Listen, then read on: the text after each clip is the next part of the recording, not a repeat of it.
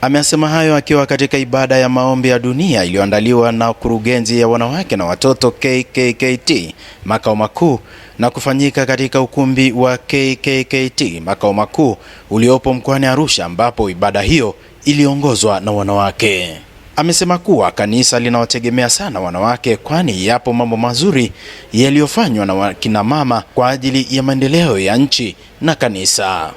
Tuombe kwa ajili ya taifa, tuombe kwa ajili ya familia na watoto wetu. Maana tunapokumbuka ibada kama hizi, si tu kwa ajili ya mazoea na utaratibu na kadhalika, lakini ni pamoja na kupata nafasi moja ya kujiumba kwa upya. Wasikilizi wanasema kujitafuta na kujipata. Akina mama tunawategemea sana kwenye kanisa. Kule kwenye dayosisi nakotumika, mambo mengi sana yanafanywa na akina mama. Mengi. Na mimi ninapowaona hivi, nafarijika, natiwa moyo. Kwa sababu mtakubaliana na mimi kabisa kwamba katika kila jambo linalohusu kanisa, jamii na kadhalika, ukihesabu akina mama ni wengi. Mkurugenzi wa kurugenzi ya wanawake na watoto KKKT Luhekelo Sanga amesema mbali na maombi hayo kufanyika, idara hiyo hufanya matendo ya huruma, ambapo mwaka huu imejipanga kuijengea familia ya Naropol Babangida, huku mchungaji Mwankembeta Marco kutoka usharika wa Babati akiwaasa wanawake kutoyumbishwa na imani potofu. Baada ya kujadiliana sisi na wanawake wa usharika ule wa Meselani, tukakubaliana tumjengee nyumba yule baba, walau nyumba yenye vyumba viwili na kimoja cha matumizi mengine, sasa ni vyumba vitatu. Gharama yake kwa kuchangiana wote ni kama milioni 4. Wanawake wa ofisi kuu ya kanisa tumejipanga, leo tutakuwa na sadaka maalum.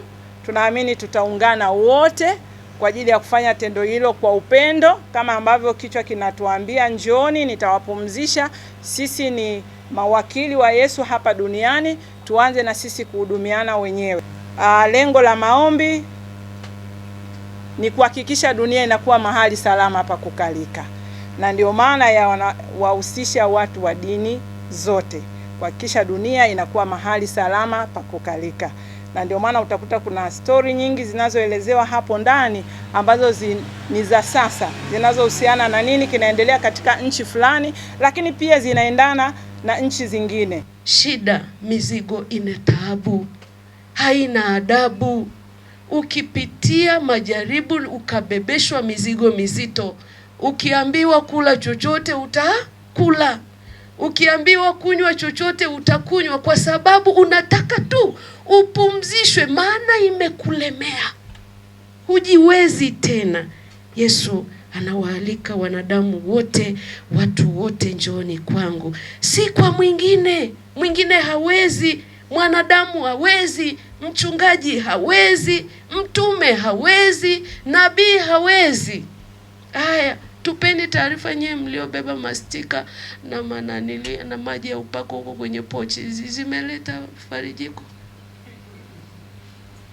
au imekuwa balaa kabisa? Mizigo ndio imazidi kuongezeka. Naibu Katibu Mkuu huduma za jamii, wanawake na watoto, Dr. Paul Mbando ametoa wito kwa wanawake kupima afya zao walau mara moja kwa mwaka, huku mmoja wa washiriki wa maombi hayo, Jacqueline Shuma, akieleza kuwa siku hiyo imekuwa ni ya baraka kwa wakina mama kote ulimwenguni. Ukiwahi kansa ya shingo ya kizazi inatibika. Kansa hii inawaua wanawake tu, na ndio inaua watu wengi kuliko kansa yoyote hapa nchini Tanzania. Natamani ni washawishi, siku za birthday zenu, siku mnaposherehekea matukio makubwa, siku za wedding anniversary zenu, siku mnaposherehekea tukio kama hili la wanawake, tengeni muda mchache, nendeni mkaangalie afya ya shingo yenu ya kizazi, ambayo sisi wote, ukisimama hapo ukichungulia barabarani, watu wote wanaopita ni matokeo ya mfumo ambao Mungu aliwapa, kitu cha pekee ambacho Mungu aliwapa wanawake, kizazi. kizazi hicho kifanyeni kisiwaue.